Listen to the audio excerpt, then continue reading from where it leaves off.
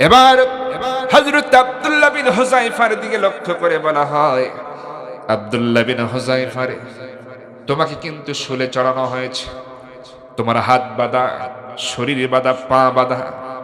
এখন শোনো, তোমার চোখের সামনে কি হতে চলেছে তুমি কি বুঝতে পারবে নাকি? তোমার চোখের সামনে নির্মম দৃশ্য এখন ফুটে উঠবে, এখনো সময় আছে হুযায়ফা। বিবেচনা করো, আমার কন্যাকে তোমার সাথে বিবাহ দিতে চাইলাম, রাজ্যের অংশীদার করতে চাইলাম, বিনিময়ে খ্রিস্টান ধর্ম গ্রহণ করবে, এরকম একটা প্রস্তাব তোমার দিয়েছি। ভেবে দেখো, নাকি পরিণতির জন্য তুমি অপেক্ষা করবে? হযরতে হুযায়ফা রাদিয়াল্লাহু তাআলা কোনো কথা বলছেন না, শুধু বলছেন তোমার পরিণতি কি হবে জানি না। একজন মুসলমানকে এই ধরনের প্রস্তাব দিয়ে কখনো কেনা যায় না।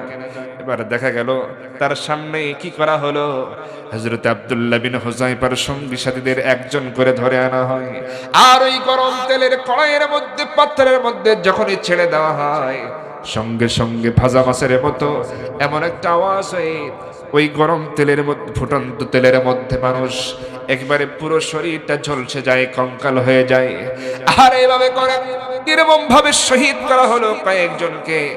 এরকম দৃশ্য দেখে হযরত হুযায়ফা রাদিয়াল্লাহু তাআলা চোখের পানি ফেলে ফেলে কাঁদতেছেন। এবার হেরাক্লিয়াস বলতেছে, হুযায়ফা রে, এরকম চলতেই থাকবে, তুমি যদি রাজি না হও তোমার সঙ্গী সাথীদের এভাবে করে দুনিয়া থেকে বিদায় করা হবে। হযরত আব্দুল্লাহ বিন হুযায়ফা রাদিয়াল্লাহু তাআলা এমন ভাবে কাঁদতেছেন, আল্লাহর কাছে এমন ভাবে রোনাজারি করছেন, আয় আল্লাহ, আমি এই যুদ্ধের সেনাপতি, বেঁচে থাকা অবস্থায় আমার সৈন্যদের সাথে এমন আচরণ করা হচ্ছে, আহারে ও আল্লাহ, তুমি তাদেরকে শহীদ হিসেবে কবুল করে নাও, শাহাদাতের মর্যাদা তুমি তাদেরকে দান করে দাও। এমন কথা বলছেন হযরতে হুযায়ফা রাদিয়াল্লাহু তাআলা। এবার কিছুক্ষণ পরে যখন সৈন্যরা সম্রাট হেরাক্লিয়াসের কাছে চলে যায়, বলা হচ্ছে, বাদশাহ, আমাদের সম্রাট, আমাদের প্রভু। মনে হয় হুযায়ফা ভয় পেয়ে গেছে, তাকে আমরা কান্নাকাটি করতে দেখছি, মনে হয় এমন দৃশ্য দেখে সে ভয় পেয়েছে, সে ভয় পেয়ে গেছে। এবার বলা হচ্ছে, এটাই তো আমি চাচ্ছিলাম, তাকে এবার শুল থেকে নামাও, দেখি আরেকবার কথা বলি তার সাথে। এবার হেরাক্লিয়াস আব্দুল্লাহ বিন হুযায়ফার সঙ্গে মোলাকাত করবে, দেখা করবে। দেখা হয়ে গেল, সামনাসামনি হয়ে যায়। বলতেছে, শুনতে পেরেছি হুযায়ফা রে, তুমি নাকি ভয় পেয়েছো, কান্নাকাটি করছো, তোমার চোখের সামনে এরকম দৃশ্য দেখে তুমি ভয় পেয়ে গেছো রে হুযায়ফা। বুঝতে পেরেছি, আর কারো সাথে এমন আচরণ করা হবে না, প্রস্তাব বুঝি মেনে নিয়েছো। হযরতে হুযায়ফা রাদিয়াল্লাহু তাআলা বলতেছেন, তোমার ধারণা ভুল, আমি এক বিন্দু পরিমাণ কোন ধরনের তোমার প্রস্তাব নিয়ে চিন্তা করতেছি না। আমার সাথীরা শহীদ হয়ে যাচ্ছে, শাহাদাত বরণ করতেছে, আহারে, আমি নেতা বেঁচে থাকতে তাদের সাথে আমার আচরণ হচ্ছে, আমি এটা সহ্য করতে পারতেছি না। এইভাবে কথাবার্তা তাদের মধ্যে হচ্ছে। হেরাক্লিয়াস বলতেছে, শোনো রে আব্দুল্লাহ বিন হুযায়ফা, তোমাকেও এখন এইরকম পরিণতি করা হবে, তোমার প্রত্যেকটা সঙ্গী সাথীকে গরম তেলের মধ্যে এরকম ভাজা মাছের মতো ভেজে ফেলা হবে, তোমাকেও তেলের মধ্যে দেওয়া হবে। এবার সবাই মিলে হযরতে হুযায়ফা রাদিয়াল্লাহু তাআলা আনহুকে ধরলো, একেবারে তাকে ধরে ওই কড়াইয়ের কাছে, তেলের কাছে যখন নিয়ে যাওয়া হয়, এবার হযরতে হুযায়ফা রাদিয়াল্লাহু তাআলা আনহু ডুকরে ডুকরে কাঁদতেছেন, আরো জোরে জোরে আওয়াজ করে কাঁদতেছে। এবার সবাই মিলে সম্রাটের কাছে বলতেছে, সম্রাট, আমাদের প্রভু হুযায়ফা তো আরো মনে হয় বেশি ভয় পেয়েছে, কারণ তেলের পাত্র তেলের কড়াইয়ের কাছে নিয়ে যাওয়া মাত্রই তার কান্না বেড়ে গেছে, অবশ্যই সে ভয় পেয়েছে। এবার তার সাথে আবার কথা বলতেছে সম্রাট হেরাক্লিয়াস, বলতেছে, হুযায়ফা রে, কি ব্যাপার, এমন করে কেন তুমি কাঁদো, কেন ভয় পেয়েছো? ভয় তো অবশ্যই পেয়েছো রে হুযায়ফা, কি এমন তোমার ভয় মনের ভিতরে ঢুকলো? তোমাকে তো অনেক প্রস্তাবই দেওয়া হলো। হযরত হুযায়ফা বলতেছেন, ও সম্রাট, ও হেরাক্লিয়াস, শুনে রাখো, আমি তো এইভাবে তোমার এই গরম তেলের ভিতরেই পড়ে আমি ভাজা মাছের মতো দুনিয়া থেকে বিদায় হয়ে যাব, এই জন্য আমি ভয় পাচ্ছি না, কান্না করতেছি না, তোমার ধারণা ভুল।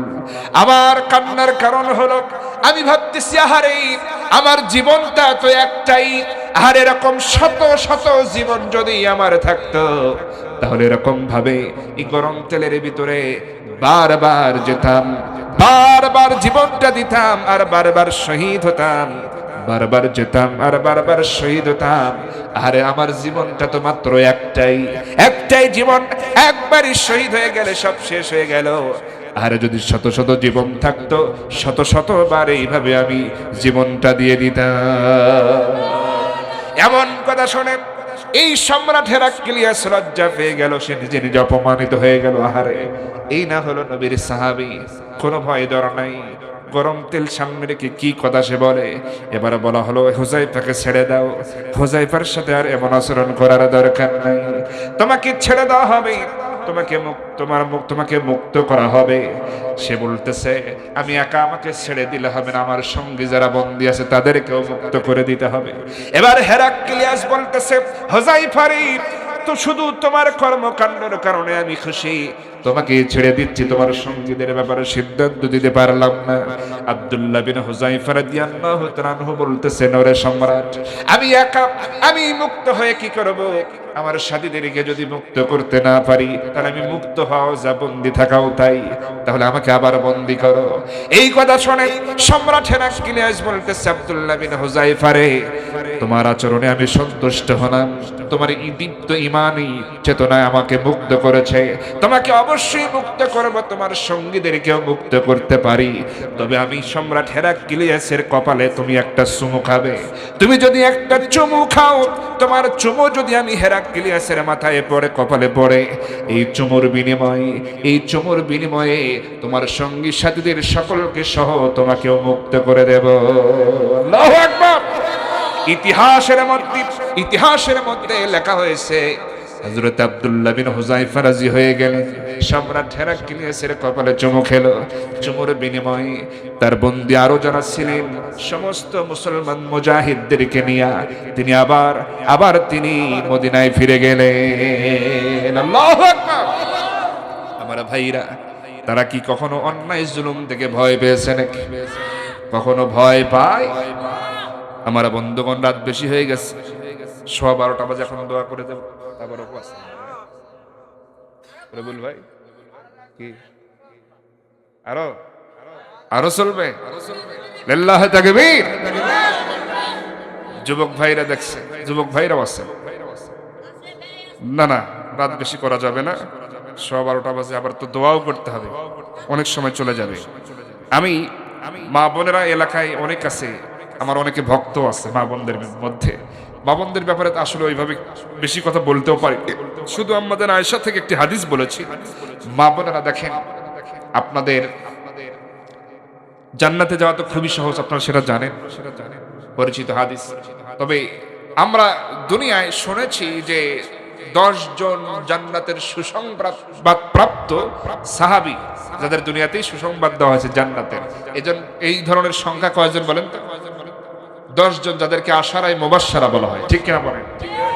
কিন্তু নারীদের ব্যাপারেও যে এমন কিছু কথা আছে, মানে জান্নাতের ফয়সালা করা আছে, এটা কিন্তু আমাদের অনেকের জানা নেই। আমি এখন আপনাদের সামনে 14 জন জান্নাতি নারীর নাম বলবো। কতজন বলেন তো? মা বোনেরা খেয়াল করে শুনবেন, 14 জন জান্নাতি নারী যাদের সম্পর্কে আমাদেরকে অবশ্যই জানা থাকা দরকার। 1 নম্বরে জান্নাতি নারী, তিনি হলেন হযরতে ফাতিমা রাদিয়াল্লাহু তাআলা আনহা।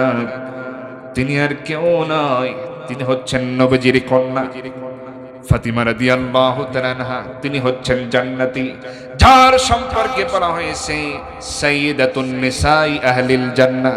তিনি হলেন জান্নাতি রমণীদের সরদারিনী। সুবহানাল্লাহ। 2 নম্বরে হযরতে খাদিজা রাদিয়াল্লাহু তাআলা আনহা। 3 নম্বরে হযরতে আয়েশা সিদ্দিকা রাদিয়াল্লাহু তাআলা আনহা।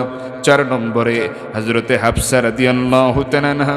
5 নম্বরে হযরতে আসিয়া আলাইহিস সালাতু ওয়াস সালাম। 6 নম্বরে হযরতে মরিয়ম আলাইহিস সালাতু ওয়াস সালাম। 7 নম্বরে হাজরা আলাইহিস সালাতু ওয়াস সালাম।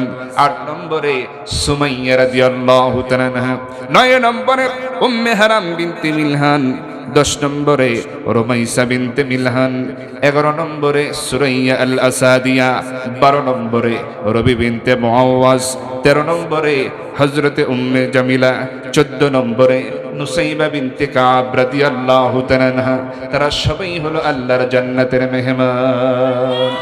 আমার বন্ধুগণ, 5 মিনিটের মধ্যে আমি চেষ্টা করব শুধু এই 14 জনের ভিতরে সবার সম্পর্কে বলা তো সম্ভব হবে না, একজনের ব্যাপারে বলার চেষ্টা করব। তিনি হলেন হযরতে নুসাইবা বিনতে কাব রাদিয়াল্লাহু তাআলা আনহা। খেয়াল করেন আমার ভাইয়েরা, একেবারে উহুদের যুদ্ধের ময়দানে আমার নবীজি 1000 সৈন্য যে নিয়ে গিয়েছিলেন, এর মধ্যে কিন্তু অনেক নারী সাহাবীরাও ছিলেন। সুবহানাল্লাহ বলেন। নারী সাহাবীরা ছিলেন। আম্মাদান আয়েশা সিদ্দিকা, তিনি এই যুদ্ধের নারীদের লিডার ছিলেন। এরপরে উম্মু আম্মারা, উম্মে আইমান, এরপরে নবীজির আপন ফুফু সাফিয়া রাদিয়াল্লাহু তাআলা আনহা, এরপরে নুসাইবা বিনতে কাব রাদিয়াল্লাহু তাআলা আনহা, এরকম আরো অনেক নারী সাহাবী উহুদের ময়দানে অংশগ্রহণ করেছেন, যুদ্ধে অংশগ্রহণ করেছেন। এই যুদ্ধের ময়দানে আমার নবীজি 1000 নারী পুরুষ সহ যখন উহুদের ময়দানের কাছাকাছি গেলেন, এর মধ্যে 300 জন মুনাফিক কিন্তু পালায়া গেছিল। সবাই জানেন কিনা, এই উহুদের ময়দান থেকে 300 জন মুনাফিক কিন্তু পালায়া যায়, ঠিক কিনা? আমার ভাইয়েরা খেয়াল করে নেই, যুদ্ধের ময়দানে আমার বন্ধুগণ, জিহাদের ময়দানে এবার আমার নবীজি আম্মাজান আয়েশাকে বললেন, আয়েশা রে শোনো, তাবু গাড়ো, মহিলারা তাবুর মধ্যে থাকবে, তোমাদের কাজ হবে হলো গরম পানি রেডি করবা, নরম কাপড় প্রস্তুত করে রাখবা, কারণ যারা আহত হবে, আক্রান্ত হবে, তাদের শরীর ক্ষতবিক্ষত হয়ে যাবে, তাদেরকে ক্ষতবিক্ষত শরীর ধুয়ে মুছে পরিষ্কার করে দিতে হবে, দায়িত্ব তোমরা পালন করবা নারীরা। এবার আম্মাজান আয়েশা বললেন, ইয়া রাসূলুল্লাহ, ঠিক আছে, দায়িত্ব পালন করে যাব। আমার নবীজি এই জিহাদের ময়দানে যখন তাবু গাড়া হলো, নবীজি বললেন, আয়েশা রে, 2 জন নারী সাহাবীকে চাই, যাদেরকে আমি তাবুর বাইরে দায়িত্ব দেব। আম্মাজান আয়েশা বললেন, ইয়া রাসূলুল্লাহ, এই জন্য আবার আমার অনুমতি নেওয়ার কি দরকার? আপনি তো যুদ্ধের সেনাপতি, আপনার গায়ে যুদ্ধের পোশাক, মাথায় লোহার হেলমেট, আপনি সেনাপতি, যে 2 জন নারীকে পছন্দ হয় যা দায়িত্ব দিবেন দিতে পারেন। আম্মাজান আয়েশার কথা শুনে নবীজি 2 জন নারী সাহাবীকে ডাকলেন প্রথমে। এবার নবীজি তার আপন ফুফু সাফিয়া রাদিয়াল্লাহু তাআলা আনহাকে ডাকলেন, ডেকে বলতেছেন, ফুফুজান, এই জাত দিলাম আপনার হাতে তরবারি, আপনি নারীদের এই তাবুর কাছে দাঁড়ায়া থাকবেন, আর দেখবেন কোন শত্রু যেন এদিকে না আসে। কোন শত্রু যদি তাবুর দিকে লক্ষ্য করে আক্রমণ করতে আসে, তাহলে আপনি অবশ্যই একটু সিগন্যাল দেবেন, জানায়া দেবেন, সতর্ক দিবেন, সতর্ক করবেন, এটাই হলো আপনার কাজ। আপনি পারবেন কিনা? এবার নবীজির ফুফু সাফিয়া রাদিয়াল্লাহু তাআলা আনহা বলছেন, অবশ্যই পারবো, কেন পারবো না? আমার বয়স একটু বেশি হতে পারে, কিন্তু আমি সাফিয়ার চোখ ফাঁকি দিয়ে আসার ক্ষমতা কারো নাই। সুবহানাল্লাহ। এবার নবীজি কি করলেন? আরেকজন নারী সাহাবীকে ডাকলেন, যার নাম হলো এই যে নুসাইবা বিনতে কাব রাদিয়াল্লাহু তাআলা আনহা। এই যে যিনি হলেন আব্দুল্লাহ বিন কাবের বোন, এই নুসাইবা রাদিয়াল্লাহু তাআলা আনহাকে নবীজি ডেকে বললেন, নুসাইবা রে শোনো, তোমার কাজ হবে হলো তুমি পানি পান করানোর দায়িত্ব পালন করে যাবা। তোমার এক হাতে থাকবে হলো পানির মশক, আর এক হাতে থাকবে গ্লাস, তুমি দায়িত্ব পালন করে যাবে। যুদ্ধের ময়দানে যুদ্ধ করতে করতে ঘাম ঝরে পড়বে, পানির তৃষ্ণা লাগবে, পানি খাওয়ার জন্য মুজাহিদ দৌড়ে আসবে তাবুর কাছে, এসে যেন পানি খুঁজতে না হয়, দেরি যেন না হয়ে যায়, তুমি পানি দেবে। পানি খেয়ে মুজাহিদ আবার যুদ্ধের ময়দানে ঝাঁপিয়ে পড়বে। এবার আম্মাজান আয়েশার পক্ষ থেকে এই যে 2 জন নারী সাহাবীকে নবীজি পেলেন, দায়িত্ব দিলেন, 2 জন নারী দায়িত্ব বুঝে নিলেন। এবার যুদ্ধ যখন শুরু হয়ে যায়, আমার ভাইরা খেয়াল করেন, নবীজিকে কিন্তু আক্রান্ত করে এমন অবস্থা করা হয়েছিল, বেহুশ করে দেওয়া হয়েছিল, আর প্রচার করে দেওয়া হয়েছিল যে মুহাম্মদ নিহত, কুতিলা মুহাম্মদ। আপনারা সকলে জানেন এই জিহাদের ময়দানে এমন অবস্থা হয়েছিল, প্রথম পর্যায়ে মুসলমানদের বিজয় অর্জন হয়েছিল প্রায়, কিন্তু ওই গিরিপথটা ফাঁকা করার কারণে লুকানো কুরাইশদের আরেকটা গ্রুপ এসে পেছন থেকে আক্রমণ করার কারণে মুসলমানেরা পরাজয় বরণ করার মতো অবস্থা। এমনকি কুতিলা মুহাম্মদ, নবীজিকে হত্যা করা হয়েছে, শহীদ করা হয়েছে, এমন খবর ছড়িয়ে যায়। এমন অবস্থায় নুসাইবা বিনতে কাব রাদিয়াল্লাহু তাআলা আনহার কানে যখন চলে এলো কুতিলা মুহাম্মদকে হত্যা করা হয়েছে, নবীজিকে শহীদ করা হয়েছে। এই খবর কানে আসা মাত্রই নুসাইবা বিনতে কাব রাদিয়াল্লাহু তাআলা আনহা আর ঠিক থাকতে পারলেন না। আর এই নুসাইবা রাদিয়াল্লাহু তাআলা আনহা সাধারণ কোন নারী নয়, তিনি ওই জাহিলিয়াতের সময় সব ধরনের যুদ্ধ বিদ্যা তিনি শিক্ষা গ্রহণ করেছিলেন। কেমন করে তরবারি চালাতে হয়, কেমন করে দ্রুত গতিতে ঘোড়া চালাতে হয়, কেমন করে তীর চালাতে হয়, বল্লম চালাতে হয়, খঞ্জর চালাতে হয়, সব তিনি শিখে ফেলেছিলেন। তার সাথে কেউ যুদ্ধ করে পারত না।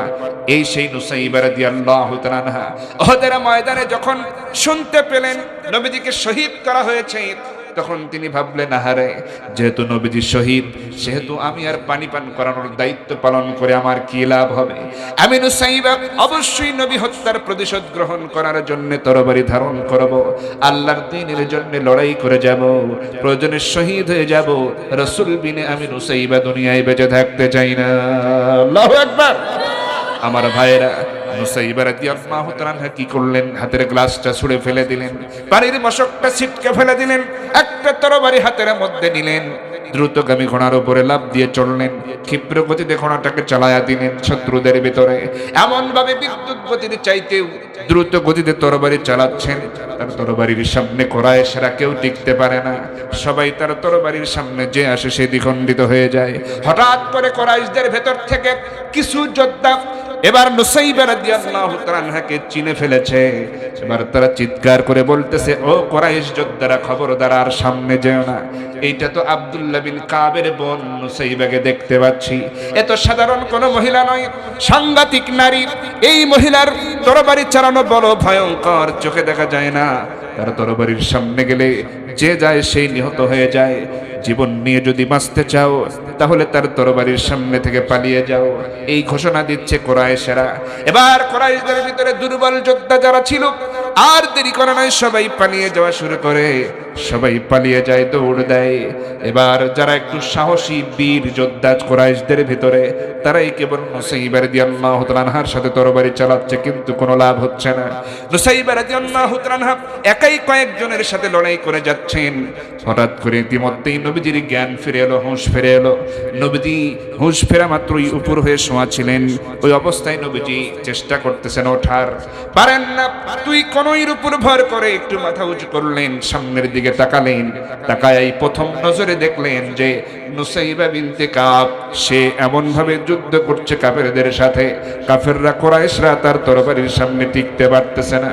হঠাৎ করে এই না দৃশ্য দেখি আমার নবীজি, এই দৃশ্য দেখি নবীজি মনে মনে ভাবতেছেন, আহারে, এই নুসাইবাকে তো আমি পানি পান করানোর দায়িত্ব দিয়েছিলাম, সে কিভাবে তরবারি হাতে যুদ্ধ করে এই যুদ্ধের ময়দানে?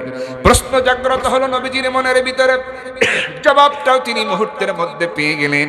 তিনি ভাবলেন, মনে হয় এই যে এতক্ষণ আমি বেহুশ হয়েছিলাম, নিশ্চয়ই কাফের বেঈমানেরা আমার মৃত্যুবরণ হওয়া, আমার নিহত হওয়া মিথ্যে গুজব মনে হয় ছড়ায়া দিয়েছে। আমি মনে হয় মরে গেছি, বেঁচে নাই, এই ধরনের মিথ্যে খবর মনে হয় ছড়ায়া দিয়েছে। আর এই খবর নুসাইবার কানে গিয়েছে, যার কারণে সে যুদ্ধের জন্য ঝাঁপিয়ে পড়েছে। আমি নবী হত্যার প্রতিশোধ গ্রহণ করার জন্য সে ঝাঁপিয়ে পড়েছে। আর নুসাইবার তরবারি চালানোর দৃশ্য কতই না সুন্দর। এবার নবীজি এমন যখন ভাবতেছেন, হঠাৎ করে নবীজি দেখলেন কোথা থেকে যেন বেশ কয়েকজনের একজন গ্রুপ এসে নুসাইবা রাদিয়াল্লাহু তাআলা আনহাকে ঘিরে ধরেছে। এবার তারা সংখ্যায় অনেক বেশি, চতুর্দিক থেকে আঘাত হানতেছে নুসাইবা রাদিয়াল্লাহু তাআলা আনহার দিকে। নুসাইবা রাদিয়াল্লাহু তাআলা আনহা সমস্ত আঘাতগুলি একাই ফিরিয়ে দেওয়ার চেষ্টা করতেছেন, কিন্তু পারেন না। বারবার ক্ষতবিক্ষত হচ্ছেন, আঘাতপ্রাপ্ত হচ্ছেন। এবার তিনি চিন্তা করলেন, আহারে, মনে হয় এখন শহীদ হয়ে যাব, মনে হয় আর বেঁচে থাকবো না, আমি মনে হয় শহীদ হয়ে যাব। সুতরাং প্রয়োজনে শহীদ হয়ে যাব, শাহাদাত বরণ করব, কিন্তু যুদ্ধের ময়দান থেকে আমি নুসাইবা পালিয়ে যাব না। আল্লাহু আকবার। আমার ভাইয়েরা, তাহলে নুসাইবা রাদিয়াল্লাহু তাআলা আনহার ঈমান কি দুর্বল না মজবুত? দেখেন, উহুদের ময়দানে এই নুসাইবার ঘটনা কি আপনারা শুনেছিলেন এর আগে? শুনছেন এর আগে? অনেক কথা কিন্তু আমাদের অজানা আছে। আমার বন্ধুগণ, নুসাইবা বিনতে কাব রাদিয়াল্লাহু তাআলা আনহা তিনি ভাবতেছেন, প্রয়োজনে শহীদ হয়ে যাব, হয় নবী হত্যার প্রতিশোধ গ্রহণ করব, না হয় নিজেই শহীদ হয়ে যাব, যুদ্ধের ময়দান থেকে পালিয়ে যাব না। নবীজি দেখতেছেন আহারে কাফেররা তো তাকে আঘাত করতেছে, এভাবে চলতে থাকলে নুসাইবাকে তো তারা মেরে ফেলবে, হত্যা করবে, শহীদ করে ফেলবে। ওই মুহূর্তে আল্লাহর নবী মুমূর্ষু অবস্থায়, শোয়া অবস্থায় দুই হাত তুলে দোয়া করলেন, রব্বুল আলামিন কাফের বেঈমানেরা যেভাবে নুসাইবার দিকে আঘাত হানতেছে, আয় আল্লাহ তারা তো তাকে শহীদ করে ফেলবে, হত্যা করে ফেলবে। ও আল্লাহ, আমি নবী দোয়া করি এই উহুদের ময়দানে কাফের বেঈমানেরা যেন নুসাইবাকে শহীদ করতে না পারে, সুবহানাল্লাহ, তাকে যেন তারা হত্যা করতে না পারে, শহীদ করতে না পারে, সে যেন গাজী হয়ে যায়।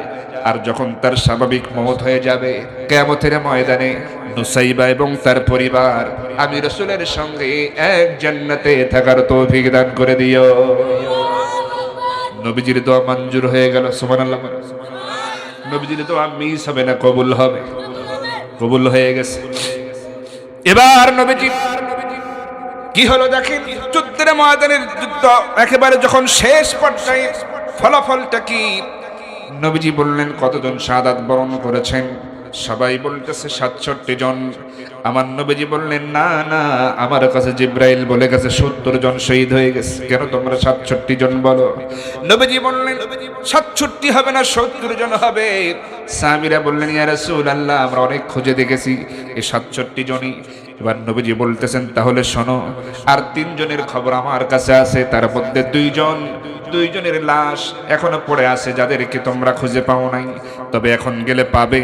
তোমরা দেখবে মস্তকটা তাদের আলাদা করা হয়েছে, চোখ তুলে নেওয়া হয়েছে, কান কেটে নেওয়া হয়েছে, নাক কেটে নেওয়া হয়েছে, তোমরা চিনতে পারবে না, কষ্ট হবে। অঙ্গহানি করা হয়েছে, হাত কেটে নেওয়া হয়েছে, পা কেটে নেওয়া হয়েছে, এমনকি আঙ্গুলগুলো কেটে নেওয়া হয়েছে, ছড়িয়ে ছিটিয়ে ফেলে দেওয়া হয়েছে। তোমরা এমন করে খুঁজে দেখো।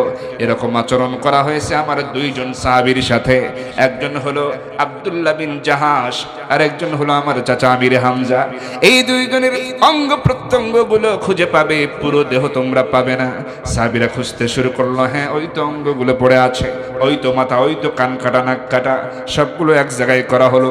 এমনকি তারা সাহাবীরা হযরত আমির হামজার কলিজা পর্যন্ত তারা পেয়ে গেল, ফেলে দেওয়া, চিবায়া ফেলে দেওয়া হয়েছে, সেই চিবানো কলিজাও পেয়ে গেল।